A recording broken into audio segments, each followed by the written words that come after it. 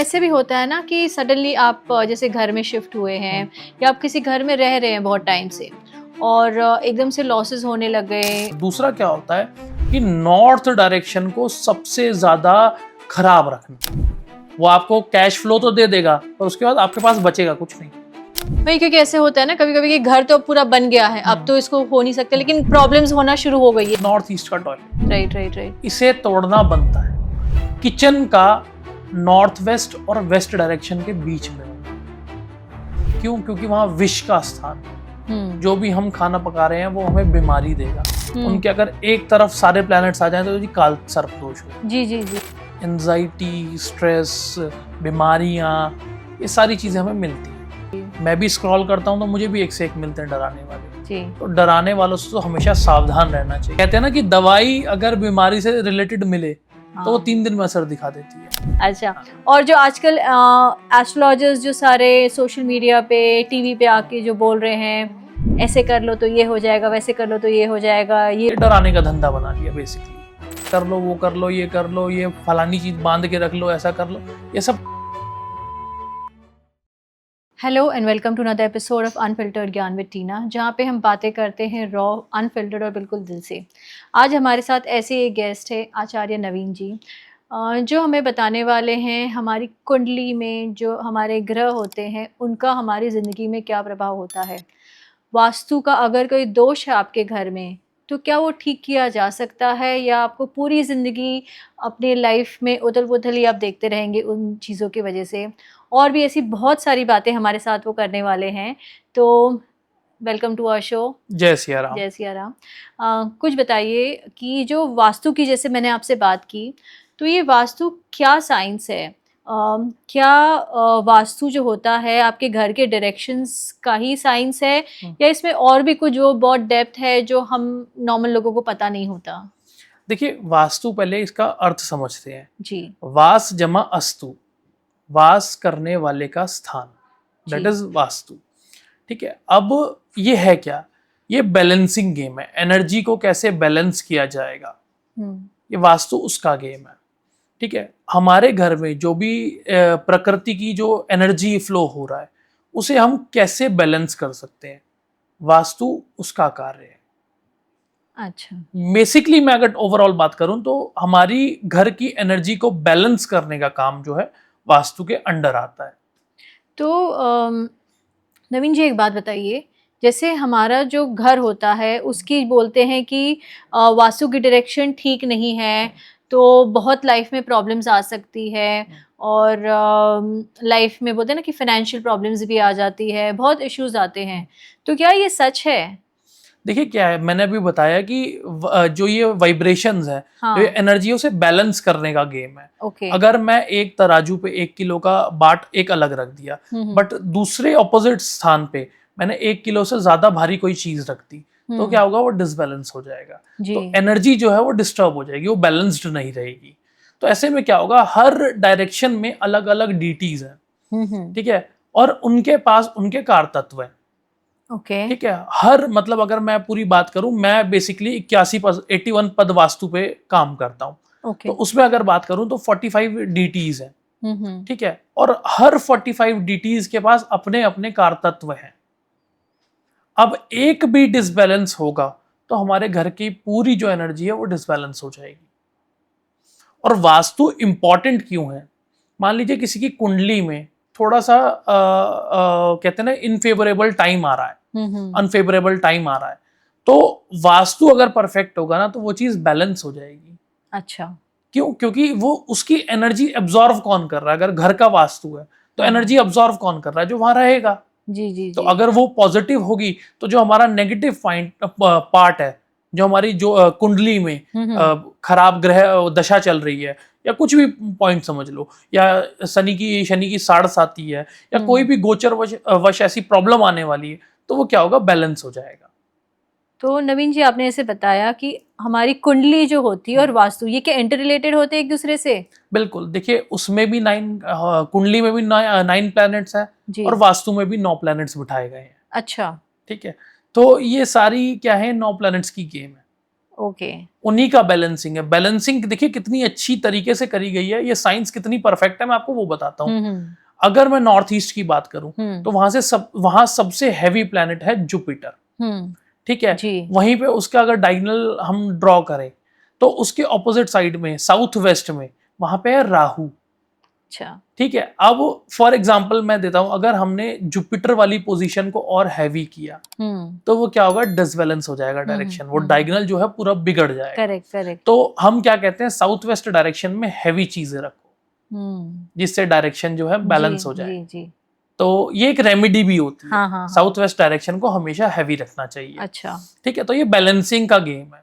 जब भी नींव खुदाई होती है तो नॉर्थ ईस्ट से हमेशा मिट्टी निकाली जाती है और साउथ वेस्ट की तरफ भरी रखी जाती है, जिससे कि जो नींव खुदाई हो रही है और हमेशा ढलान होगी उस साइड पे। साउथ वेस्ट जो हमारा नॉर्थ ईस्ट डायरेक्शन है वहां उस साइड पे ढलान होगी। अगर हम नाली की पानी की निकासी की भी बात करें तो हमारे वास्तु में यही आता है कि उस डायरेक्शन में जो है पानी का निकास होना चाहिए, आउटफ्लो होना चाहिए, मतलब ढलान होनी चाहिए वहां। अच्छा, वहां से जाना चाहिए। हाँ, वहां से मिट्टी निकाली जानी चाहिए, जिससे कि एक बैलेंसिंग हो जाए, जो उसका डायगोनल दूसरा अपोजिट साइड है वो बैलेंस्ड रहे, वो ऊपर रहे और ये नीचे रहे। वो नीचे, वो ऑब्वियस रहेगा, नॉर्थ ईस्ट हमेशा नीचे रहेगा क्योंकि भारी है, तो इसलिए वहां से मिट्टी निकाली जाती है और ऑपोजिट साइड पे डाली जाती है, जिससे कि ऑपोजिट साइड जो राहु वाला स्थान है जी, वो अच्छा बैलेंस हो जाए, वो थोड़ा भारी हो जाए। जी। तो ऐसे भी होता है ना कि सडनली आप जैसे घर में शिफ्ट हुए हैं या आप किसी घर में रह रहे हैं बहुत टाइम से और एकदम से लॉसेस होने लग गए और काम अच्छे से नहीं चल रहा है, या घर में पैसा आ रहा है पर टिक रहा नहीं है, कि बहुत पैसा कमा रहे लेकिन टिक नहीं पा रहा है, तो क्या ये वास्तु दोष की वजह से भी हो सकता है? देखिए ये दोनों चीज हमें देखनी होती है जी। अब जन्म पत्री में हमारा कैसा टाइम चल रहा है, देखिए घर वही है जिसमें हमने अच्छा टाइम भी निकाला है, ठीक है। अब सिचुएशन क्या है, पहले हम ये देखेंगे कि जन्म पत्री में कौन सी दशा अंतरदशा चल रही है। सेकंड थिंग, अगर वहां पे सही है तो हम फिर वास्तु पे आएंगे कि आपके घर के वास्तु में आपने कोई ऐसी चीजें, जैसे कोई मान लो कि भाई किसी का मन किया कि भाई मेरे को आज टेबल का जो पोजीशन है वो चेंज करने का मन है, तो मैं टेबल को दूसरी जगह कर दूं, तो उससे कौन सी साइड जो है बाधित हो रही है, ओके, तो वो देखेंगे। तो ये क्योंकि ये छोटी छोटी चीजें हैं जो बहुत ज्यादा असर दिखाती है। तो आपका विजिट करना हर जगह जरूरी होता है या आप ऐसे ही कुछ पत्रिका देके भी बता देते हैं कि ये भारी दोनों पॉइंट्स हैं। अगर आप अगर नियर बाय हैं तो हम सर्विसेज इजी दे सकते हैं, अगर आप दूर हैं तो आप अपना एक लेआउट बना के दे सकते हैं। जैसे जैसे हम आपको गाइड करेंगे, आपने एक लेआउट बना के हमें दे दिया तो हम उस डायरेक्शन के हिसाब से, उस लेआउट के हिसाब से काम करेंगे, फिर हम आपको सजेशन देंगे कि आप ऐसे ऐसे काम करो, आपका जो भी काम रुका हुआ है वो ठीक हो जाएगा। और ऐसे नवीन जी अभी फिलहाल जैसे होता है कि बच्चे जो होते हैं घर पे पढ़ाई कर रहे हैं, एक उनका टेबल एक डायरेक्शन में रखा हुआ है, तो क्या उनकी पढ़ाई पे भी असर पड़ता है कि कोई डायरेक्शन होती है बच्चों की पढ़ाई के लिए ज़्यादा कंसंट्रेशन वाली होती है कि अच्छे मार्क्स आते, और कोई और बच्चा बहुत होशियार है कुछ है लेकिन उसको याद ही नहीं होती चीज़ें, उसका टेबल किस डायरेक्शन में, डज इट मैटर ये सब चीज़ें? देखिए ये बहुत मैटर करता है। अच्छा। हमारे वास्तु में ना हर एक पोजीशन के लिए ना एक पॉइंट, एक पार्ट है। तो अगर बच्चों की स्टडी रिलेटेड मैं बात करूं तो जो वेस्ट और साउथ वेस्ट के सेंटर का पार्ट है, ठीक है, जो जहां पे देवता में सुग्रीव विराजमान है, ठीक है, वो स्टडी का सबसे अच्छा पार्ट है। ईस्ट की ओर फेस करना है, क्योंकि वेस्ट में आ गया, जब फेसिंग हम उस साइड की रखेंगे तो वो एक पार्ट है, वो हमारे लिए वैसे काम करेगा। और सुग्रीव के जस्ट साथ में एक दैवारिक नाम के डीटी है, ठीक है, उनका काम क्या है, वो सहायक है, हेल्पिंग नेचर है उनका, दानव होने के बाद भी उनके अंदर ज्ञान छुपा हुआ है। अच्छा, ठीक है। तो ये क्या है, ये दोनों पोजीशंस ऐसी है। सुग्रीव क्या है, फोकस के लिए, किसी भी चीज सुग्रीव जो हम रामायण, हाँ, ये उन्हीं से जुड़े हुए हैं। ओके ओके, ठीक है, तो ये उनका स्थान है। हाँ हाँ। तो सुग्रीव का क्या काम है, फोकस देना किसी भी चीज में। ओके। तो ऐसे में क्या है, अगर जो भी स्टडी एरिया आप बनाना चाहते हैं तो उसे हमेशा देख लें वेस्ट और साउथ वेस्ट के बीच का part. For example south west से अगर मैं काउंट करूं, साउथ वेस्ट उसके बीच में 4 पार्ट्स आएंगे, south west 1, second, third, fourth. अच्छा, इतना डीप होता है तो ये? हाँ, क्या 81 पद वास्तु में अगर करूं तो हम पूरे एरिया का 9 by 9 में डिवीजन कर देंगे, तो हमारे पास 81 पॉइंट्स आ जाएंगे। ओके। ठीक है, तो उसी में ये पॉइंट्स आएगा साउथ वेस्ट का सेकंड और थर्ड पार्ट, ओके। जिसमें देवारिक और सुग्रीव का स्थान है। अच्छा। स्टडी रूम के लिए सबसे अच्छा स्थान है साउथ वेस्ट। साउथ वेस्ट और वेस्ट का सेंटर, जो कि हो गया S2 and S3, SW2 SW3। अच्छा। ये पॉइंट डायरेक्शन का काम हो गया। अच्छा। यहाँ पे बच्चे का जो पूरा फोकस है वो पढ़ाई पे लगेगा। सेकंड थिंग, जो एक कहते हैं ना कि प्रकृति हमें सिर्फ दिख रही है, बट जो उसकी एनर्जी हमें फील होगी वो वहाँ के बैठे देवता जो कि देवारिक है वो दिलवाएंगे। वो दिलवाएंगे। और अगर हम बात करें कि जैसे वास्तु दोष, हम बोलते हैं कि घर में बहुत सारे वास्तु दोष हैं, तो सबसे कॉमन कौन से दोष ऐसे होते हैं जो लोग अनजाने में कर जाते हैं, उनको पता ही नहीं होता यार हमसे ये गलती हो गई है? जो आपके एक्सपीरियंस में आपने इतने किए होंगे, लोगों के वास्तु दोष सुधारे होंगे, तो उसमें आपने सबसे कॉमन कौन सी चीजें देखी कि यार ये तो मत करो, ये तो बहुत कॉमन चीज है, इसको तो समझा करो? देखो, पहला तो सबसे पहला यही आएगा, नॉर्थ ईस्ट का टॉयलेट या नॉर्थ ईस्ट पार्ट को हैवी रखना। अच्छा। ठीक है, और दूसरा नॉर्थ ईस्ट तो हमने कह दिया कि भाई हैवी नहीं रखना, वहां पे मंदिर बना दो या कुछ बना दो।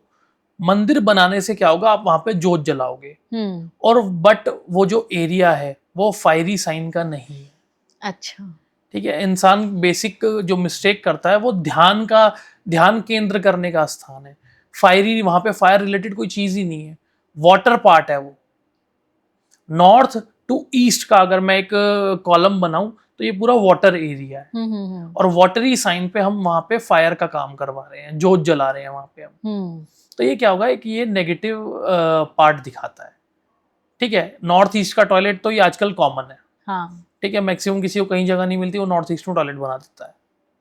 अच्छा। ठीक है, तो एक ये पॉइंट हो गया। दूसरा क्या होता है कि नॉर्थ डायरेक्शन को सबसे ज्यादा खराब रखना, और जब नॉर्थ डायरेक्शन खराब होगी तो घर में पैसे का फ्लो 0 हो जाएगा। नॉर्थ में किसका स्थान है जी? कुबेर का स्थान है, जो कि धन के देवता है। तो वो अगर बाधित होगा तो घर में जो हमारी आमदनी है वो गलत खर्चों में जाएगी, घर पे पैसा नहीं टिकेगा। तो एक बहुत बहुत सिंपल क्वेश्चन पूछूंगी। हर कोई जो होता है डायरेक्शन देखने में सब गलतियां करते हैं, कि डायरेक्शन हम देखें कैसे, कहाँ खड़े रहे, और हमें कैसे पता चलेगा कि कौन सा मेरा नॉर्थ है, कौन सा मेरा साउथ है, कौन सा नॉर्थ ईस्ट? तो ये हम कैसे पता कर सकते हैं? देखिए, डायरेक्शन देने के लिए हमारे पास डेली सूर्य देव आते हैं जी। ठीक है, उनकी तरफ फेस करो, जहां हमने फेस कर रखा है वो हमारा ईस्ट डायरेक्शन हो गया। ठीक है, जिस साइड से उनका सूर्य उदय हुआ हम उस साइड फेसिंग करके बैठ गए। ठीक है, तो उनके जो लेफ्ट हैंड पे होगा वो नॉर्थ है, राइट हैंड पे साउथ, ऑपोजिट में वेस्ट। और कंपास से भी तो आजकल हो जाता है। आजकल तो इजी है, मैं पहले के टाइम पे बता रहा हूँ कि ऐसे हम लोग तो हम किस डायरेक्शन में खड़े रहें? जैसे बोलते कि दरवाजे के अंदर खड़े रहना है, दरवाजे के बाहर खड़े रहना है? कहीं भी खड़े हो जाओ, डायरेक्शन सेम ही रहेगी। अच्छा। कंपास अगर आप घुमाओगे तो नॉर्थ पे 0 डिग्री आता है, ओके। तो वो हमेशा 0 डिग्री पे ही जाएगा नॉर्थ। आप कितना ही फोन घुमाओ चाहे खुद घुमाओ, 0 डिग्री नॉर्थ पे ही आएगा। और आपका दरवाजा, आप बोले कि आपका डोर किस साइड फेसिंग है, उसके लिए आपको डोर के अंदर खड़े रहना है या डोर के बाहर खड़े रहना है? फेसिंग कैसे भी आप खड़े कैसे भी हो जाओ। अच्छा। बेसिकली एंट्री तो हम उसी से करेंगे। एंट्री करने के बाद फॉर एग्जांपल मान लीजिए हम खड़े हैं मेन एंट्री पे और साउथ फेसिंग घर है। ठीक है, साउथ फेसिंग घर है, हम एंट्री पे खड़े होंगे तो नॉर्थ दिखाएगा, नॉर्थ डायरेक्शन पे। बट ऐसा थोड़ी है, जब हम घर के अंदर जाएंगे और फिर डायरेक्शन मैच करेंगे तो नॉर्थ तो सामने वाला ही रहेगा। अच्छा। वो है तो साउथ फेसिंग, ओपनिंग तो उसकी वही है। हाँ। तो इसका बहुत इजी है, और कंपास से तो ये बहुत इजी हो जाता है। अच्छा। और कोई भी डायरेक्शन हमेशा सेम रहती है, कहीं हमारे अंदर बाहर जाने से कोई चेंज नहीं है। अच्छा, तो वो कुछ भी नहीं है, ऐसा कुछ भी नहीं कुछ है? भी नहीं है। ये तो अपने मन को शांति देने वाली बात है कि जी मैं बाहर से खड़ा हो गया तो ये नॉर्थ दिखा रहा है, और चलो जी मेरा कुबेर के स्थान पे मेरा जो है फेस खुल तो रहा है। बट जब हम अंदर जाएंगे, ब्रह्म स्थान पे अपने कंपास को रखेंगे तो ब्रह्म स्थान is like your centre part. ठीक है, नेवल पॉइंट, वास्तु पुरुष का नेवल पॉइंट। ठीक है, वहां पे रखेंगे तो जो डायरेक्शन अभी मैंने जो एग्जांपल दिया वो साउथ ही आएगी, नॉर्थ अंदर की वॉल आएगी। तो जैसे मैंने जैसे आपको जैसे अभी पूछा कि घर का डायरेक्शन, डोर के डायरेक्शन को लेके लोग काफी ज्यादा वो होते हैं कि साउथ डायरेक्शन का नहीं होना चाहिए। अपने हिंदूज में ये माना जाता है कि साउथ डायरेक्शन घर अच्छा नहीं होता है फैमिली के लिए, फाइनेंसेस के लिए। तो क्या इसमें कोई सच्चाई है? देखिए, सच्चाई फिर वही बात है, पार्ट्स हैं। मैंने अभी आपको एक क्लियर भी कर देता हूँ, और ऑडियंस जो है उनके लिए एक इसमें प्लस पॉइंट छुपा है इस क्वेश्चन में, जो कि आज से उन्हें मिल जाएगा जी। पूरे प्लॉट को 9 पार्ट्स में डिवाइड कर दीजिए, 9 डायगोनल मतलब 9 हॉरिजॉन्टल और 9 वर्टिकल, तो हमारे पास 81 पॉइंट्स बन जाएंगे। अब वहां से काउंटिंग करना स्टार्ट करें। पहली चीज, ईस्ट फेसिंग अगर घर है तो थर्ड और फोर्थ एंट्री इज गुड।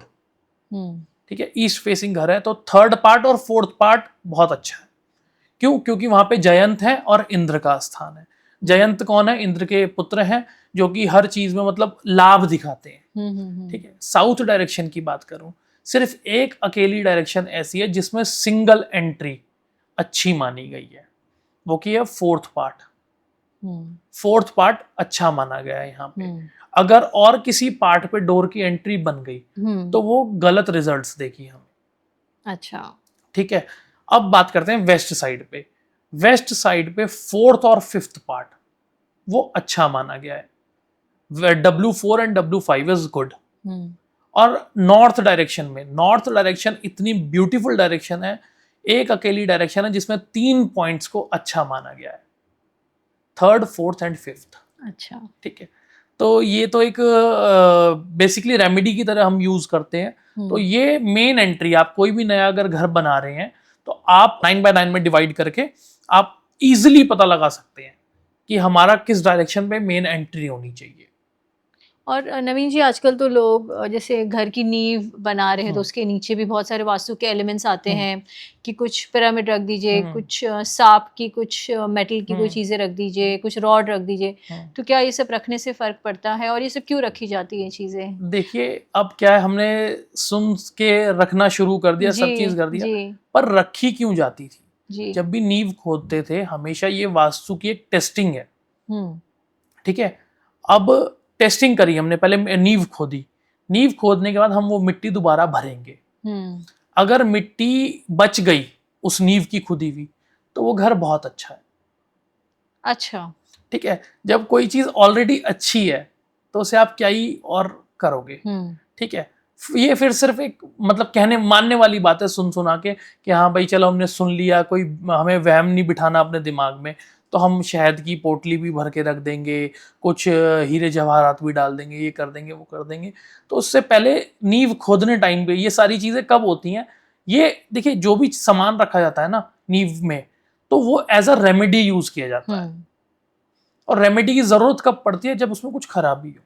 अच्छा, हर किसी को करने की जरूरत नहीं है? हर किसी को करने की जरूरत ही नहीं है। आजकल तो हर कोई बोले कि हमने तो ये रख दिया, क्रिस्टल्स रख दी, ऐसे वो सिर्फ मन को तसल्ली देने वाली बात है कि भाई हमने तरह तरह के स्टोन्स डाल दिए उसमें।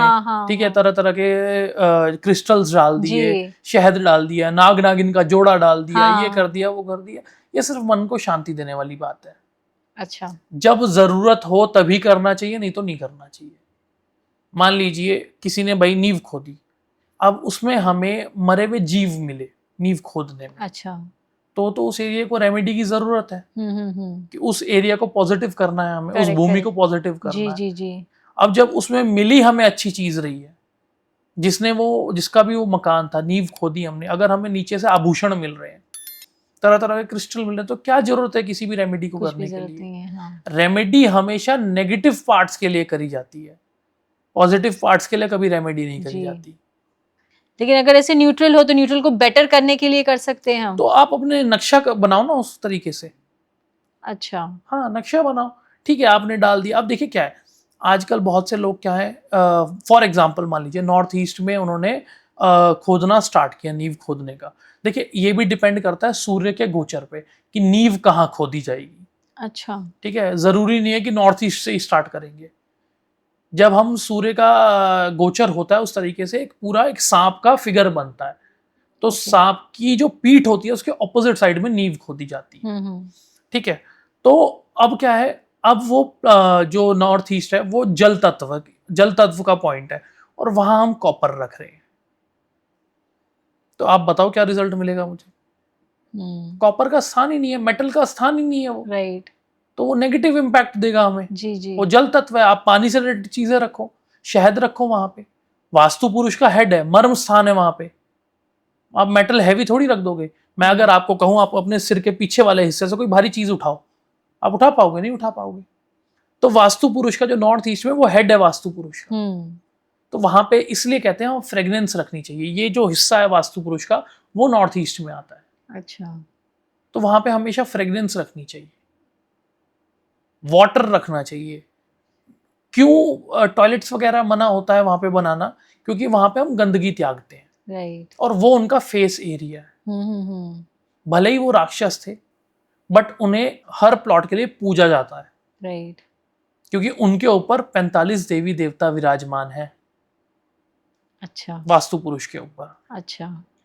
तो अगर हम वहां पे उनके शीश के ऊपर, वहां पे अगर मैं बात करूं डीटी में, वहां पे शिखी का स्थान है, जो कि सबसे पॉजिटिव डीटी है। वहां पे ध्यान केंद्र करने के लिए सबसे पॉजिटिव डीटी है, बिना उनके ध्यान नहीं मिल सकता। अच्छा। तो हमने वही गलत चीजें अगर बना दी तो हमें तो गलत इंपैक्ट मिलेगा ना। जी जी। तो यही छोटे छोटे पॉइंट्स हैं। ऐसे ही हर हर एरिया में ऐसे 45 डीटीज हैं जी। और सबके अलग अलग कारतत्व हैं। भाई लोग आजकल ये समझते हैं कि अरे ट्रेंड हो गया, अब तो बस खुदाई कर ली है तो कुछ तो अंदर रख लो। हाँ, बस ये वही है, अपना वहम दूर करने के लिए इंसान चीजें रखता है। या तो बहुत सारे एस्ट्रोलॉजर्स ऐसे भी होते हैं थोड़ी कमाई के लिए, ये रख लो वो वो रख प्रोडक्ट लो। उनके ही होते हैं ना, वो हाँ, उन्होंने वो 50 जी की चीज 1000 की तो बतानी जी है जी ना, जी। तो वो कमाई तो कहाँ से कमाई होगी? कहाँ से होगी? बस ये उसका काम राइट है। राइट। अच्छा। और जैसे अगर बिजनेस हम लोग करते हैं कि हमने कुछ, हमारा बिजनेस है कोई टाइप का, रियल एस्टेट का बिजनेस है समझ लीजिए, या फिर कुछ ब्यूटी पार्लर है, सैलून है, उसमें जैसे कुछ हर बिजनेस की अलग डायरेक्शंस होती है कि ये ऐसा बिजनेस है तो हमें इस डायरेक्शन में बैठ के हम काम करेंगे तो हमारा ज़्यादा बेटर होगा, ऐसा कुछ होता है? देखिए, अब इस पे बात आती है। सबसे पहली चीज तो हर बिजनेस के लिए कॉमन चीज यही है, और कॉमन टिप भी यही दूंगा कि आप कोई भी काम करो, आपका फेसिंग या तो नॉर्थ होना चाहिए या तो ईस्ट होनी चाहिए। ओके। क्योंकि यही दो डायरेक्शन है जो अच्छी मानी गई है। ठीक है, फेसिंग इस साइड पे होना चाहिए। जैसे यानी आपने, हम जिस डायरेक्शन में मैं भी बैठूं ये मेरा फेसिंग हाँ है। हाँ, तो ये जैसे हमें सामने है, तो जो भी डायरेक्शन सामने है वो तो ईस्ट या नॉर्थ होनी चाहिए। ओके। ठीक है, ये तो कंपलसरी चीज है, कोई भी बिजनेस हो। सेकंड थिंग हम बाद पे आएंगे कि आप किस रिलेटेड बिजनेस कर रहे हो, आपको क्या चीज चाहिए। जैसे कि आजकल मैं बात करूं कि नेम फेम की बात है, जो आजकल सोशल मीडिया का जमाना है। Right right. तो नेम फेम चाहिए तो इंसान को ईस्ट डायरेक्शन के उस पार्ट में बैठना पड़ेगा, ईस्ट की ओर फेस करके। अच्छा। सन सन किसका कारक है? नेम और फेम का। और वहीं पे देवताओं के जो राजा हैं, इंद्र, उनका स्थान है। उनका भी काम क्या है? नेम और फेम देना। तो उसमें वो क्या करेंगे कि उसी डायरेक्शन में आपको काम करना चाहिए, उसी डायरेक्शन पे अपना सेटअप लगाना चाहिए, और फेसिंग भी आपको ईस्ट रखनी चाहिए। अच्छा। तो ये आपको और अच्छे रिजल्ट्स देगा। वहीं पे अगर मान लीजिए आपका कैशियर रिलेटेड काम है, हाँ। ठीक है, तो नॉर्थ डायरेक्शन में नॉर्थ की ओर फेस करके अपना आप वो बनाओ कैश फ्लो के लिए। अच्छा है। बहुत सी मिस्टेक्स क्या होती हैं, इंसान क्या करता है, साउथ वेस्ट डायरेक्शन में लॉकर्स वगैरह और कीमती चीज़ें या कैश फ्लो के लिए वहाँ पे अपना बना देता है कि हाँ ये मेरा गल्ला यहाँ पे होगा, क्योंकि लोग क्या कहते हैं वहाँ पे चलने वाली चीज़ें रहनी चाहिए। बार बार कैश के लिए गल्ला खुलता रहे बंद होता रहे, खुलता रहे बंद होता रहे, बट ऐसा नहीं है। वो आपको कैश फ्लो तो दे देगा, पर उसके बाद आपके पास बचेगा कुछ नहीं। अच्छा। आते ही अच्छा भाई दूसरे डिस्ट्रीब्यूटर का पैसा देना है, अच्छा ले भाई तू ये ले तू ये ले, तो पैसा ऐसे खत्म हो जाएगा। अगर सेविंग चाहिए तो नॉर्थ डायरेक्शन को किसी भी हाल में अच्छा रखना पड़ता है। नॉर्थ डायरेक्शन में अपनी कीमती चीजों को, अपने पैसे को वहीं रखना पड़ता है। क्यों? क्योंकि वहां पे कुबेर देवता का स्थान है। और ऐसे किसी के पास अगर कोई है ही नहीं कोई जगह रखने की, नॉर्थ डायरेक्शन में से कुछ बन नहीं पा रहा है, तो वो लोग क्या करें? उसके लिए एक ऑप्शन है। देखिए, अब फिर वो साइट विजिट पे बात आती है। Right right. कि देखिए हर चीज का ना एक परिहार होता है, एक रेमेडी होती है। मान लीजिए नॉर्थ फ्री नहीं है, बट क्या होता है, जैसे हम 81 पद बनाएंगे तो डीटी तो 45 ही बने खाली। तो हर डीटीज के पास अपने 2 जोन है। अच्छा। 2 पार्ट्स हैं हर डीटी के पास। हाँ। तो उस हम सेकंड पार्ट का यूज करेंगे। अच्छा। तो वैसे हम यूज करके अपनी हर चीज को सीधा सुधार सकते हैं। वही, क्योंकि ऐसे होता है ना कभी कभी कि घर तो पूरा बन गया है, अब तो इसको हो नहीं सकते, लेकिन प्रॉब्लम्स होना शुरू हो गई है जब से घर बना है। तो फिर ऐसे में आप लोग लाइक कैसे क्या करते हैं कि घर तोड़ के पूरा बना दो, या फिर छोटी मोटी रेमेडी से उसमें सुधार लाने की कोशिश करते हैं? तोड़ने की जरूरत बहुत मेजर चीज पे पड़ती है। ओके। ठीक है, मान लीजिए फॉर एग्जाम्पल, क्योंकि बार बार कॉमन मिस्टेक यही होता है इंसान, तो एग्जाम्पल भी वही निकलता है, नॉर्थ ईस्ट का टॉयलेट, राइट राइट राइट, इसे तोड़ना बनता है। अच्छा, ठीक है, बाकी दूसरी अगर मैं बात करूं, किचन का नॉर्थ वेस्ट और वेस्ट डायरेक्शन के बीच में होना, इसे तोड़ना बनता है। क्यों? क्योंकि वहां विष का स्थान है। जो भी हम खाना पका रहे हैं वो हमें बीमारी देगा, वो हमें हेल्थ नहीं देगा। तो इसलिए उस डायरेक्शन को, उस किचन को तोड़ना ज्यादा अच्छा है। ओके, ठीक है, सारी चीजों के लिए नहीं है ये। अब तोड़ फोड़ भी मुमकिन नहीं है, कुछ नहीं है, तो हम क्या करते हैं, रेमेडीज देते हैं कि आप जिस, फॉर एग्जांपल किचन का अगर कोई पर्टिकुलर प्लेस है, ठीक है, जो कि है साउथ ईस्ट कॉर्नर, वो किचन का प्लेस है, तो हम उससे रिलेटेड चीजें जो है उस डायरेक्शन में, ऑपोजिट डायरेक्शन में, जहाँ पे प्रेजेंट में आपका किचन है, तो वहां रखवाएंगे। अच्छा, जिससे कि आपका जो उसका नेगेटिव पॉइंट है वो कम हो जाए, बैलेंस हो जाए। थोड़ा थोड़ा मैं भी समझने हाँ, लगी। ये बैलेंसिंग बेसिकली क्या है, बैलेंसिंग का गेम, और बैलेंस ऐसे ही होगा। तो जैसे वास्तु दोष की वजह से घर में स्ट्रेस एंजाइटी भी आ जाती है। देखिए, बहुत सी चीजें फेस करनी पड़ती है हमें वास्तु दोष की वजह से। अच्छा, एंजाइटी, स्ट्रेस, बीमारियां, ये सारी चीजें हमें मिलती हैं। अच्छा, ठीक है, बहुत से लोग कहते हैं कि भाई हमारी पथरी में तो नहीं है, पर वास्तु से क्या सब कुछ हो जाएगा? अरे भाई, मेजर यही दो चीज हैं। अगर मैं बात करूं एक पेड़ से रिलेटेड, जो जड़ है वो ज्योतिष है। ठीक है, हर चीज का जो हमें निवारण मिलेगा वो ज्योतिष जड़ों में मिलेगा, बट जो उसका बेस है, जो उसकी स्टेम एरिया है, वो वास्तु है। अच्छा, तो हमें दोनों को मजबूत करना पड़ता है। बाकी न्यूमरोलॉजी, पामिस्ट्री, ये सब उसकी ब्रांचेस हैं, ओके, अलग अलग उसके हाथ हैं। तो एक बार को हाथ कट जाए तो वो फिर दोबारा उग जाते हैं, बट अगर स्टेम कट गई, रूट्स हट गई, तो कुछ नहीं बचेगा। और जैसे अभी हमने ब्रह्मस्थान की बात की, द सेंटर, अगर उसमें कुछ रुकावट है, उसमें कुछ प्रॉब्लम है, तो क्या उसकी वजह से बाधाएं आ सकती, स्टैग्नेशन हो सकती है किसी की लाइफ में? देखिए, ब्रह्म स्थान को पहले हम प्रैक्टिकल समझते हैं, वो है क्या। जी, ब्रह्म स्थान वास्तु पुरुष का नेवल पार्ट है। जी, आपने बताया, नेवल वाला एरिया है। ठीक है, यहीं पे बोन मैरो भी मिलता है, सब चीज मिलता है। अब कोई भी इंसान उल्टा लेट के, पेट के बल लेट के, और अपने उस बैग पे हैवी सामान रखवा लेगा? नहीं रखवाएगा, इसीलिए उसका नाम मर्म स्थान है। अच्छा, ठीक है, हम वास्तु में मर्म स्थान है, बहुत सारे ऐसे, जैसे सिर का एरिया हो गया, नेवल एरिया हो गया, जहाँ पैर का थंब आता है, क्योंकि उनका ऐसे पैर पड़ा हुआ है, तो ये एरिया, ये मर्म स्थान है। ओके, तो वहां पे वो अपना हैवी सामान उठा ही नहीं सकते। अच्छा, ठीक है, तो ऐसे में क्या होता है, आजकल मैक्सिमम आप देखेंगे सेंटर टेबल्स जो है वहीं रखी रहती है। हाँ, तो पहला पॉइंट तो यही बाधा का क्रिएट हो गया। अच्छा, ठीक है, क्योंकि वहां पे देखिए उन्हें पीड़ा पहुंच रही है। देखो, ये मानने वाली बात है, मानो तो भगवान, ना मानो तो पत्थर। सेंटर टेबल तो आजकल हर किसी के घर में होते हैं, और वो एग्जैक्ट उसी ब्रह्म स्थान में पाई जाएगी। पुराने घरों में उस जगह पे तुलसी के पौधे लगाए जाते थे, जी, जिससे कि कोई भी वहां चप्पल लेके ना जाए, हाँ, उसके आसपास बेवजह ना घूमे। वो पौधे इसलिए लगाए जाते थे कि घर का ब्रह्म स्थान सेफ रहे। जाले, पुरानी कंस्ट्रक्शन में आपने देखा होगा, जाले बना दिए जाते थे, ग्रिल्स होते थे बड़े बड़े, जो कि वेंटिलेशन के लिए यूज होते थे। राइट, बट वो उसका रीजन क्या था? वो ब्रह्म स्थान था, जिससे वो खाली रहे, लोग उस पर भागा दौड़ी ना करें, इस वजह से बनाए जाते थे। तो हमें पता कैसे चले कि हमारे घर का ब्रह्मस्थान कौन सा है? वही आपको सेम 81 पदों में डिवाइड करना है, उसके सेंटर के 9 पार्ट्स आएंगे, वो सेंटर 9 पार्ट्स ब्रह्म स्थान है। अच्छा, बस वो खाली रखना है, वो उसमें खाली कुछ नहीं होना चाहिए। वो हल्का रखना है। अच्छा, उसमें बार बार कोई भी एक्टिविटी नहीं होनी चाहिए। अच्छा, इसलिए उसमें मैक्सिमम लोग तुलसी का पौधा लगा देते थे।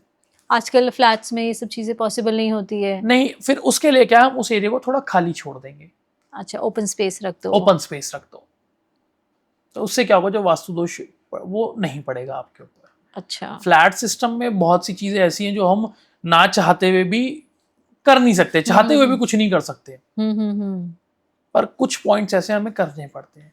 अब नॉर्थ ईस्ट में मैंने लास्ट टाइम बताया था कि नॉर्थ ईस्ट में अगर फ्लैट सिस्टम में मैं देखूं तो सबसे ज्यादा परेशान जो है ग्राउंड फ्लोर वाला हाँ, होगा। ऊपर के फ्लोर वाले उन पे कम इम्पैक्ट होगा, क्योंकि करेक्ट, वो जो पाइपलाइन है वो ग्राउंड फ्लोर पे ग्राउंड फ्लोर ज्यादा के थ्रू इम्पैक्ट आती है, राइट राइट राइट जी। तो यही काम बाकी है। तो ग्राउंड फ्लोर पे अगर ब्रह्म स्थान की मैं बात करूं, ग्राउंड फ्लोर पे सबसे ज्यादा अगर आजकल क्या करते हैं लोग, स्टेयर्स बना देते हैं ब्रह्म स्थान पे। अच्छा, जो सबसे घर में सबसे हैवी चीज होती है स्टेयर्स, वो ब्रह्म स्थान पे बना देते हैं लोग। तो ये ना मतलब ये कॉमन चीजें हैं जो आजकल हम वास्तु विजिट्स में देखते हैं, हाँ हाँ हाँ, जो कि नहीं होनी चाहिए। अच्छा, ब्रह्म स्थान बहुत हल्का और साफ सुथरा होना चाहिए। अब बात करते हैं हम कुंडली। अब हम्म, कुंडलियाँ भी देखते हैं, हम्म। तो उसमें सबसे पहले चीज़ आप क्या देख के एनालाइज करते हैं कि ये पर्सन की कुंडली में ये प्रॉब्लम, सबसे पहले जो आपकी नज़र जिस पे जाके वो टिकती है? देखिए, हर कोई मेरे हिसाब से तो यही करता होगा। जी, पहला, लग्न, लग्नेश, चंद्रमा और राशि, हुँ, इस पे काम करता है जी, इंसान। बेसिकली कोई भी जब कुंडली आती है हमारे पास, हम उसका लग्न लग्नेश देखते हैं कि उसका लग्न कौन सा है और उसका स्वामी कहाँ बैठा है। हुँ, सेकंड थिंग आती है उसका चंद्रमा की प्लेसमेंट, हुँ, ठीक है, क्योंकि चंद्रमा जो होगा वही राशि उसकी होगी। हुँ, तो हम उसे देखते हैं, उसके बाद हम आगे की चीजें शुरू करते हैं। ओके। सबसे पहला एनालिसिस हमें यही करना होता है। और जैसे अभी मैं आपसे पहले भी बात कर रही थी, कुछ मेरे बारे में ही मैं पूछ हम्म, रही थी हम्म, कि किसी लग्न स्थान पे बहुत सारे ग्रह आके बैठ गए हैं, हम्म। ठीक है? तो क्या उस पर्सन की लाइफ में बहुत प्रॉब्लम्स होती हैं या उनकी लाइफ ग्रहों के वजह से, ज़्यादा ग्रहों की वजह से ज़्यादा बेटर होती है? देखिए, ये सारे मिले जुले असर दिखाते हैं, जी, ठीक है। किसी भी ज्योतिषी के लिए हुँ, एक भाव में 3 प्लैनेट्स या उससे ज्यादा आ जाना प्रिडिक्शन देना और टफ बना देता है, ओके, ठीक है। अब कैसे टफ बनाता है, अब हम देखते हैं अगर वो 3 प्लैनेट्स हैं तो तीनों प्लैनेट्स के पास जो उनकी राशियां हैं कौन कौन से भावों में है, हुँ, ठीक है। जो हमारे अच्छे भाव माने गए हैं वो त्रिकोण और केंद्र स्थान माने गए हैं। हुँ, अगर त्रिकोण और केंद्र स्थान के स्वामी किसी भाव में आके बैठ रहे हैं, अच्छे भावों में आके बैठ रहे हैं, तो उसके लिए तो बहुत अच्छी चीज है। हुँ। अगर वहीं 6, 8, 12 भावों का स्वामी किसी भाव में आके बैठ रहा है या हुँ। लग्न में बैठ रहा है तो वो नेगेटिव इम्पैक्ट दिखाएगा। तो ऐसा भी होता है कि एक प्लैनेट बहुत पावरफुल है, हम्म, एक प्लैनेट वीक है, तो हम्म। उसके वजह से भी उनके बैलेंस में कुछ प्रॉब्लम आती है? देखिए, ये देखा जाता है कि जो भी प्लैनेट जिस राशि में बैठा है उस राशि का स्वामी से उसकी फ्रेंडशिप कैसी है। अच्छा। कहीं वो एनिमी तो नहीं है एक दूसरे से। फॉर एग्जाम्पल, अगर मान लीजिए जुपिटर की राशि है, हुँ, धनु राशि है या मीन राशि है, हुँ, अगर उसमें शुक्र बैठेगा हुँ, तो वो नेगेटिव इम्पैक्ट देगा। और हालांकि देखिए, एक और इसमें एक पॉइंट आता है कि पंच महापुरुष योग की बात करूं तो जब मीन राशि में शुक्र आएगा तो मालव्य योग बनता है। ओके। एक पॉइंट देखिए यहीं कैसे कैंसिलेशन हो रहा है, मैं जिस हुँ, बात को कह रहा हूं कि हालांकि जुपिटर और वीनस आपस में शत्रु हैं, हुँ। बट वहीं वीनस जुपिटर की राशि में अच्छे योग बनाता है और उच्च का भी उसी राशि में होता है। तो कैसे ये? यही कॉम्बिनेशंस हैं जो समझने के हैं, ठीक है। अगर वो धनु राशि में बैठेगा ना तो वो अपनी शत्रु की राशि में है, हुँ, तो शत्रु के तरीके का शुक्र जो अपनी दशांतर दशा में काम करेगा। तो ये शत्रु क्यों बन जाते हैं? इनके 2 ग्रुप्स हैं, हुँ, ठीक है। पहले ग्रुप में आते हैं सूर्य, चंद्रमा, मंगल और बृहस्पति। हुँ, सेकंड ग्रुप में आते हैं बुध, वीनस और शनि। अब ये 2 ग्रुप्स हैं, ये आपस में फ्रेंडली हैं और ऑपोजिट वाले के सम और एनिमी, हुँ। ठीक है। तो ये इनका कैरेक्टरिस्टिक है स्टार्टिंग से, अच्छा। तो उसी तरीके से ये काम करते हैं। तो फ्रेंडशिप और इनका न्यूट्रल नेचर वो सब हम ऐसे इंडिकेट करते हैं। तो क्योंकि जुपिटर को हम बोलते हैं कि नॉलेज का प्लैनेट है और वीनस जो है वो ग्लैमर, और इस वजह से दोनों लाइक दोनों के। देखिए, नॉलेज की अगर बात करूं, दोनों ही गुरु हैं। अच्छा। शुक्राचार्य भी गुरु हैं, गुरु बृहस्पति भी गुरु जी। हैं, ठीक है। और वीनस की एक बहुत अच्छी का शुक्राचार्य की अगर पर्टिकुलर बात करूं तो एक बहुत अच्छी खासियत है, मृत संजीवनी विद्या थी उनके पास, जो कि बृहस्पति के पास भी नहीं थी, जी। ठीक है। तो एक प्लस पॉइंट तो यहाँ पे हमें मिलता है। जी। बट वीनस कभी कभार नेगेटिव भी हो जाते हैं, शुक्र हैं जो कई बार नेगेटिव रिजल्ट्स दिखाते हैं। और बृहस्पति का क्या है, वो नैसर्गिक शुभ प्लैनेट है, अच्छा। शुभ माने गए हैं जी हर जगह वो। ठीक है, वीनस, शुभ वीनस को भी माना गया है, पर कैरेक्टरिस्टिक जो है दानवों के जो वो बन गए, वो गुरु बन गए, उस अच्छा, वजह से इस उन्हें वजह से नेगेटिव। थोड़ा नेगेटिव हो और गए। दानव क्या है, मेटेरियलिस्टिक चीजों को हम एज अ दानव ले लेते हाँ। हैं, और दैविक जितनी भी चीजें हैं उन्हें हम देवताओं, मतलब जितनी भी ये सकारात्मक कहूँ या कुछ भी आप मान सकते हैं, जो भी पॉजिटिव साइड है वो हमने देवता कह दिया, नेगेटिव साइड बट को हमने दानव आजकल कह के दिया। जमाने में लोगों को ये मटीरियलिस्टिक चीजें ज्यादा वो मैम अच्छी। दोनों चाहिए उन्हें, अच्छा। ठीक है, अच्छा। वो कंफ्यूज क्यों रहते हैं दोनों के चक्कर में। जी। एक इंसान एक साइड का हो जाता है वो फिर भी खुश रह सकता है, हाँ। बट दोनों चाहिए। पर जैसे हम जैसे देख रहे हैं आजकल की जो जनरेशन है, इंस्टाग्राम का जो जमाना है, मटीरियलिस्टिक चीजें ज्यादा अट्रैक्ट करती है कि। करेंगी, वो कलयुग का असर है, हाँ। अच्छा। ये कलयुग का असर है। जी जी जी। ठीक है, तो ये तो करेंगी, मटेरियलिस्टिक चीज किसे नहीं चाहिए जी, किसी मुझे नहीं भी चाहिए। चाहिए। जी। ठीक है, भले ही मैं यहाँ के आपसे बात कर रहा हूँ और लोगों को हाँ। ज्ञान दे रहा हूँ, पर क्या मुझे नहीं चाहिए? मुझे भी चाहिए भाई, जी। मेरे को जिंदगी जीनी है। हाँ, ठीक करेक्ट। है, मुझे भी अपनी फैमिली पालनी है, हम्म। तो मुझे भी चाहिए मटेरियलिस्टिक गेन। जी वो नहीं होगा तो देखिए, पता है क्या है, हर युग की ना अलग अलग पहचान है। जी कुछ समय पहले तक हम वस्तु दे के वस्तु खरीद सकते थे। जी। ठीक है, इसे वस्तु विनिमय का नाम दिया जाता था, कि ओके। हमने अपने घर से हर चीज का मोल तय होता था। अगर आपको गेहूं चाहिए तो आप 2 बोरी चावल दे दो, 1 बोरी गेहूं ले जाओ। हाँ। अच्छा। चीजें ऐसी होती थी। बाटर वाला जो होता था ठीक है, तभी, हाँ। दूसरा क्या था, फिर दूसरे टाइम में क्या हुआ, गोल्ड और सिल्वर, हम्म। इन चीजों की कौड़ियां छोटे छोटे वो बना दिए गए जी जी पैसे जी। के रूप में। जी तो इससे इंटरचेंज, आज की डेट में है पैसा, अब हर चीज पैसे से खरीदी जाती है, जी। तो सबको पैसा चाहिए। तो अगर हम देखें विनीत जी कि जैसे हम देखते हैं कि कुंडली के हिसाब से हम हमारे फाइनेंशियल गेन और लॉसेस भी हम देख सकते हैं। देखिए, हमारी कुंडली हर चीज का जवाब देती है, ओके।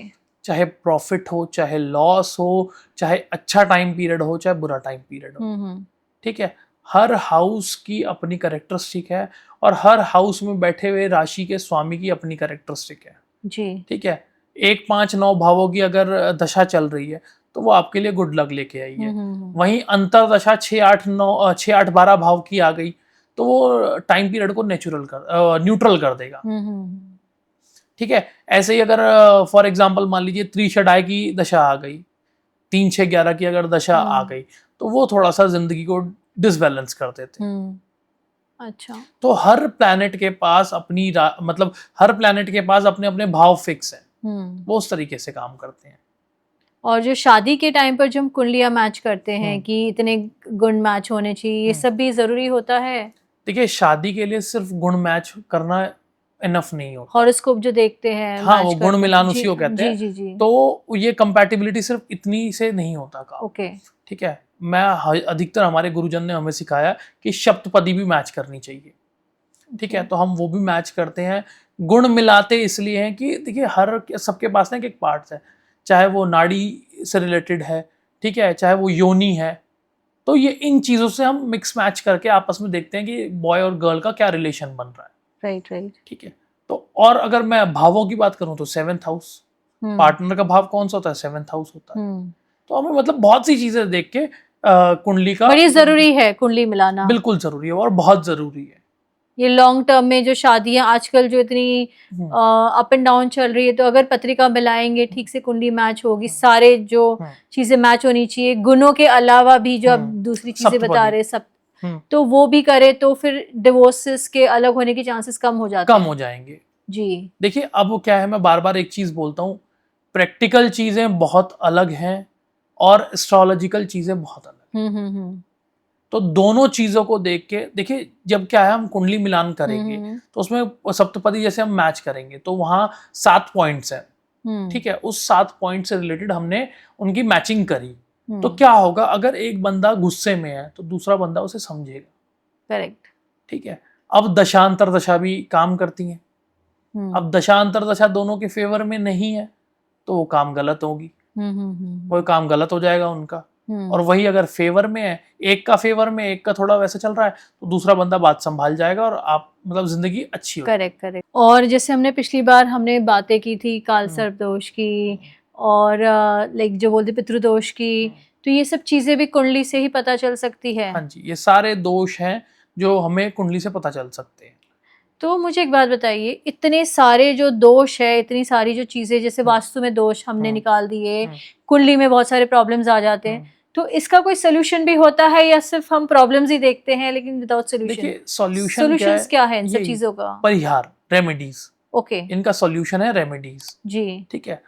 अब बात करते हैं, जैसे कि मैंने लास्ट टाइम क्लियर किया था, मांगलिक दोष ऐसी कोई चीज ही नहीं होती। जी जी। ठीक है। काल सर्प भी कुछ नहीं होता। अच्छा। ठीक है। काल सर्प कैसे बना दिया गया है कि राहु केतु का एक्सेस ले लिया, उनके अगर एक तरफ सारे प्लैनेट्स आ जाएं तो जी काल सर्प दोष हो गया। जी जी जी। ठीक है। बट वहां पे बात आती है व्यक्त और अव्यक्त स्थानों की। ठीक है। व्यक्त स्थान वो हैं जो मटेरियलिस्टिक गेन के लिए काम करते हैं, अव्यक्त स्थान वो हैं जो हमारी स्पिरिचुअलिटी के लिए काम करते हैं। अब बात इसमें देखते हैं कि भाई कौन सा भाव जो है, कौन सा पल रहा भारी है, उससे रिलेटेड चीजें होती हैं इंसान के साथ। तो ये सारी सिर्फ एक पॉइंट को क्रिएट करके ये सारी चीजें बना दी गई। मांगलिक दोष है, ये डराने का धंधा बना लिया बेसिकली। ठीक है। चाहे काल सर्प दोष है, उसके नाम पे आप पूजा कराओ, ये करो वो करो, जी जी। वो सब ये कार्मिक चीजें हैं। मेरा सिर्फ एक मानना है, कर्म अच्छे करो, आपको अच्छे रिजल्ट मिलेंगे। और पत्रिका से आप लाइफ थ्रेटनिंग चीजें भी पता कर सकते हैं। बिल्कुल। जो डिविजनल चार्ट्स हैं उनकी हेल्प से हम सारी चीजें, अप एंड डाउन्स जो भी मतलब होती हैं चीजें, हम सारी पता कर सकते हैं। तो अब अगर हम सारांश निकालें पूरी हर एक चीज का जो हमने डिस्कस किया है, रेमेडीज से इन सारे प्रॉब्लम्स का हमें एक सोल्यूशन मिल सकता है, जिससे हम कुछ ना कुछ हद तक अपने प्रॉब्लम्स को दूर कर सकते हैं। तो रेमेडीज क्या फॉर्म में होती है ये? देखिए रेमेडीज कब काम करती है, जब हम अपने रेमेडीज के साथ साथ कर्म अच्छे रखें। जी बिल्कुल। ठीक है। रेमेडी सेकंड काम करती है, कर्म पहले काम करते हैं। बहुत से ऐसी सिचुएशंस होती हैं जहां इंसान ने अपने कर्मों को सही करके बिना रेमेडीज के चीजों को सॉर्ट आउट किया। अच्छा। ठीक है। रेमेडीज किससे रिलेटेड होती है? भगवान से रिलेटेड। कि भगवान से हम जो भी हम रेमेडी देते हैं कि आप ये करो, जिससे आप भगवान की शरण में जाओ और कुछ अच्छी चीजें सीखो। अच्छी चीजें सीखोगे तो आप अपने लाइफस्टाइल में उसे उतारोगे, लाइफस्टाइल में उतारोगे तो आप कर्म ऑटोमेटिक अच्छे करोगे। करेक्ट। तो ये एक कर्म अच्छे करवाने का एक तरीका है रेमेडीज। अच्छा। तो उसी तरीके से काम करती हैं। और ये remedies in the form of puja भी हो सकती है, पूजा पाठ हो सकती है, दान हो सकता है। अच्छा। कुछ स्टोन्स पहनने से भी हो सकते हैं। स्टोन्स पहनाए जाते हैं बट मैं उसे इतना प्रेफर नहीं करता। अच्छा। ठीक है। जब तक मुझे कॉम्बिनेशन स्ट्रॉन्ग नहीं दिखता मैं स्टोन प्रेफर नहीं करता। बट हर प्रॉब्लम का एक सोल्यूशन है एस्ट्रोलॉजी में। बिल्कुल है। क्यों? क्योंकि उसमें भी कर्म के तीन पार्ट्स हैं जी। दृढ़ कर्म, अदृढ़ कर्म और दृढ़ादृढ़ कर्म। अच्छा। ठीक है। थोड़ा ऊपर से गया। हाँ तो ये जाएगा क्योंकि कर्म के तीन पार्ट्स हैं। जी जी जी। ठीक है। दृढ़ कर्म जिसे होनी कहते हैं, होके रहती है। अच्छा। अदृढ़ कर्म जिसे हम छोटे मोटे उपाय से ठीक कर सकते हैं। जी। दृढ़ अदृढ़ जो दोनों का मिक्स एंड मैच है, तो उसको भी थोड़ा हम रेमेडी करके छोटी मोटी भगवान का शरण लेके उसे हम दूर कर सकते हैं। जन्मपत्री है क्या? जो हमने कर्म किया है संचित में से उठा के प्रारब्ध ले आए हैं हम, जो हमें भोगना है। तो हमारे पिछले जन्म के जो कर्म है वही हमारे पत्रिका में आते हैं, और वही हमें, अगर इस जन्म में हम हमारे कर्म सुधार ले तो शायद हमारे नेक्स्ट जन्म की पत्रिका बेटर हो जाए। यही मैं, हाँ एक्चुअल में यही होता है। अच्छा। यही है कर्म का विधान, इसी को कर्म कहते हैं। अच्छा, मुझे ये चीज आज तक पता नहीं थी कि पत्रिका हमारी हमारे पिछले जन्म के कर्मों के हिसाब से होती है। उसी का कर्म है। ये हम पढ़ क्या रहे हैं कि हमने क्या कर्म किए हैं जो हमें इसमें भोगने हैं। कौन से ऐसे कर्म हैं जिसमें हम रेमेडीज करके थोड़ी सी रिहाई, थोड़ा सा अपने आप को सुकून दे सकते हैं। तो ये उसी का लेखा जोखा है, कर्मों का लेखा जोखा है। तो आप हमारे व्यूअर्स को कोई ऐसी रेमेडी बता सकते हैं जो हर कोई कर सकता है, कि कुछ लाइफ में प्रॉब्लम्स चल रही है एज एस्ट्रोलॉजी के हिसाब से, कि फाइनेंशियल प्रॉब्लम चल रही है, बहुत स्ट्रेस में रहते हैं, काम नहीं बन रहे हैं, तो उनके लिए एक कॉमन एक रेमेडी जो हर किसी के लिए हम अप्लाई कर सकते हैं। अभी तो एक टिप तो मैंने पहले दे दी थी कि ईस्ट डायरेक्शन फेस करके या नॉर्थ डायरेक्शन फेस करके। जी। एक तो ये टिप हो गई। एक है नवग्रह की डेली स्तोत्र का पाठ करें। अच्छा। ठीक है। वो बहुत अच्छा होता है, जो भी हम भूल चुकी हुई है हम उसके भगवान माफ कर देता है। जी। ठीक है। थर्ड आता है स्वास्तिक मंत्र का जाप। जी। उस मंत्र का जाप करें, आपकी लाइफ फुल ऑफ पॉजिटिविटी हो जाएगी। यानी इतना कर ले तो बेसिक जो लाइफ में जो रुकावटें हैं वो निकलना स्टार्ट हो जाएगा। बिल्कुल हो जाएगी। बाकी तो फिर आपके कर्म है, आपकी मेहनत है। पहले कर्म करने हैं, बाद में रेमेडी करनी, पहले कर्म अच्छे करने हैं। अच्छा। और जो आजकल एस्ट्रोलॉजर्स जो सारे सोशल मीडिया पे, टीवी पे आके जो बोल रहे हैं, ऐसे कर लो तो ये हो जाएगा, वैसे कर लो तो ये हो जाएगा, ये उपाय कर लो, ये पढ़ लो, यहाँ चले जाओ, ये मंदिर चले जाओ, ये दान कर दो, तो ये सब क्या हमें हर किसी को ये फॉलो करना चाहिए? देखिए, रेमेडी जो होती है वो बहुत सोच समझ के दी जाती है। ओके। जो आजकल चल रहा है, आप ऐसा कर लो, वो कर लो, ये कर लो, ये फलानी चीज बांध के रख लो, ऐसा कर लो, ये सब टोटके होते हैं। अच्छा। लग गया तो तुक्का फिट हो गया, हमारा काम बन जाएगा। अगर नहीं लगा तो जी जीरो, नील बटा सन्नाटा हो जाएगा काम। तो ऐसे कुछ भी हमें नहीं करते रहना चाहिए। देखो, मंदिर जाना, पूजा करना, ये एक अच्छी चीज है, बट वो भी अगर बिना पैसे के हो रही हो तो। अच्छा। ठीक है, जब आपको भाई, ठीक है, सीधी भगवान आपके प्रेम का भूखा है। बड़े बड़े संत महात्मा कह रहे हैं भगवान आपके प्यार का भूखा है। आप प्यार से सूखा पत्ता भी खिलाओगे तो वो खा लेगा जी। तो वो आपके सोने चांदी और इतनी चीजों का भूखा नहीं बैठा, वो प्रेम का भूखा है। जी जी जी।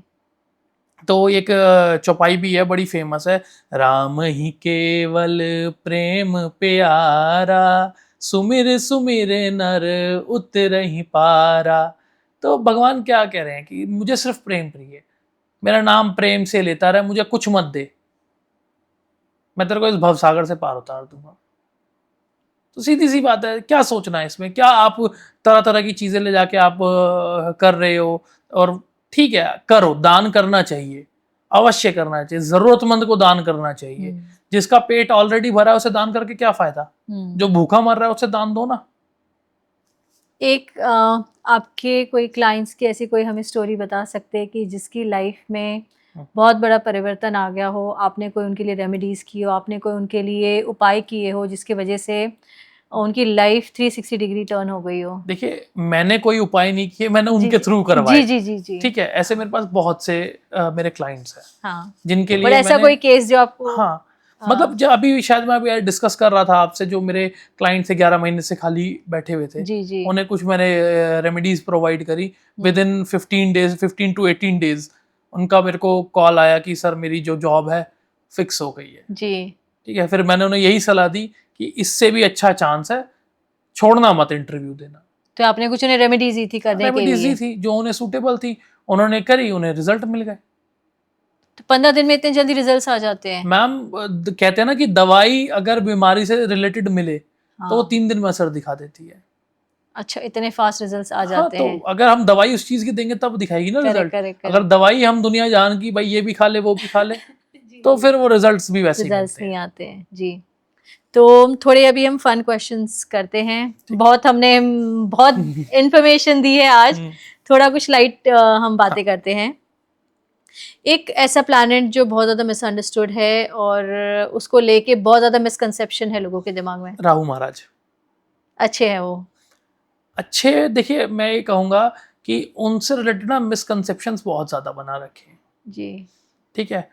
राहु महाराज चाहें तो इंसान को रंक से राजा बना दे, ठीक है, और राजा को रंक भी करना उन्हें ईजी आता है, सेम एज शनि। ठीक है, देखिए ये क्या है, दोनों डर के कारण है। इन दोनों के नाम से इंसान को डर लगता है और उसी के नाम का आज के एस्ट्रोलॉजर्स खा रहे हैं जी। तो ये दो प्लैनेट्स, मैं 2 प्लैनेट्स कहूंगा, एक नहीं दोनों बताऊंगा। जेमस्टोन्स या आपके कर्म? कर्म। वास्तु आपको ज्यादा प्रिय है या एस्ट्रोलॉजी, कुंडली? दोनों।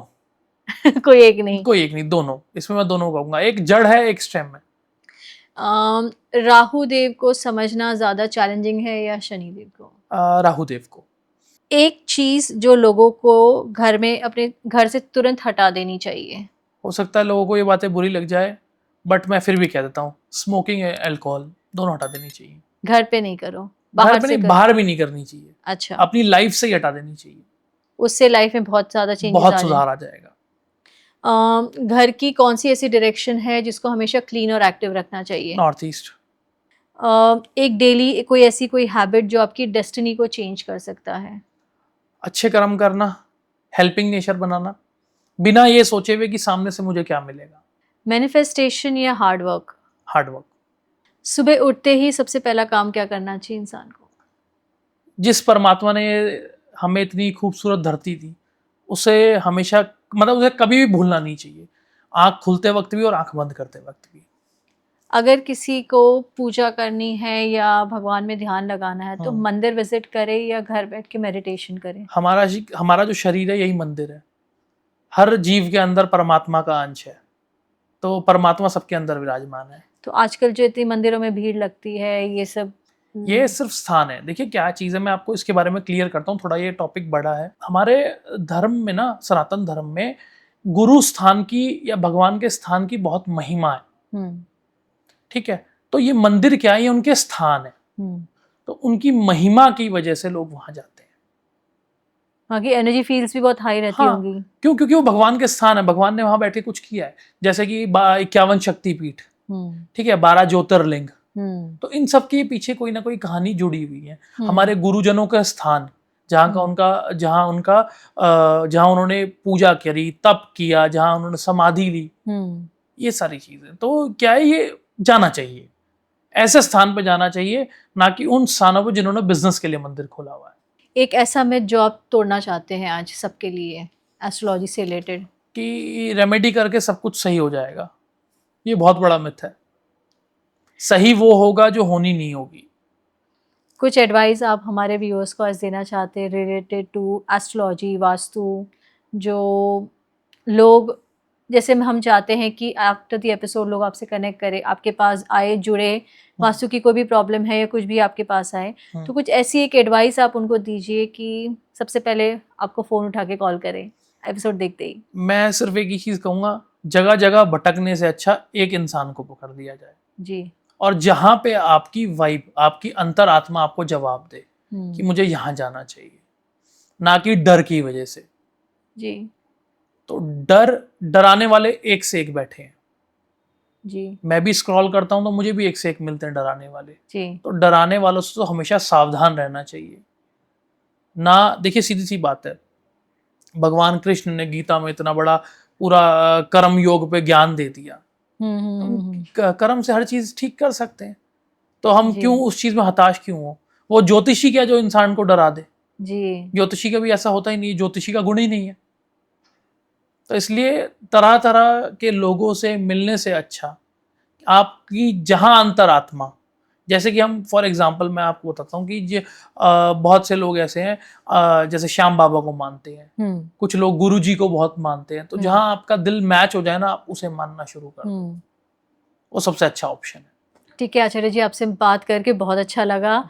बहुत सारी बातें सीखी कि शादी कब करनी चाहिए, कैसे करनी चाहिए, आपके वास्तु, घर के वास्तु को कैसे हमें ठीक करना है, कुंडली में कुछ आपके प्लैनेट्स है, कोई भारी है, कोई कम है, तो उसको कैसे बैलेंस किया जाए, और हर एक चीज़ की रेमेडीज़ है, लेकिन रेमेडीज़ भी ऐसे करो जो आपके लिए परफेक्ट हो, ना कि इंटरनेट से उठाई हुई कोई रेमेडीज़ जो आपने बस कर ली और वो फिर आपके साथ सही ना हो, फिर आप और दुखी हो जाए कि यार हमारी लाइफ सही हो ही नहीं रही है। ये सबके लिए आप इनके पास जाइए, इनका इंस्टाग्राम हैंडल और इनके कॉन्टैक्ट नंबर हम सारे एपिसोड के एंड में दे देंगे।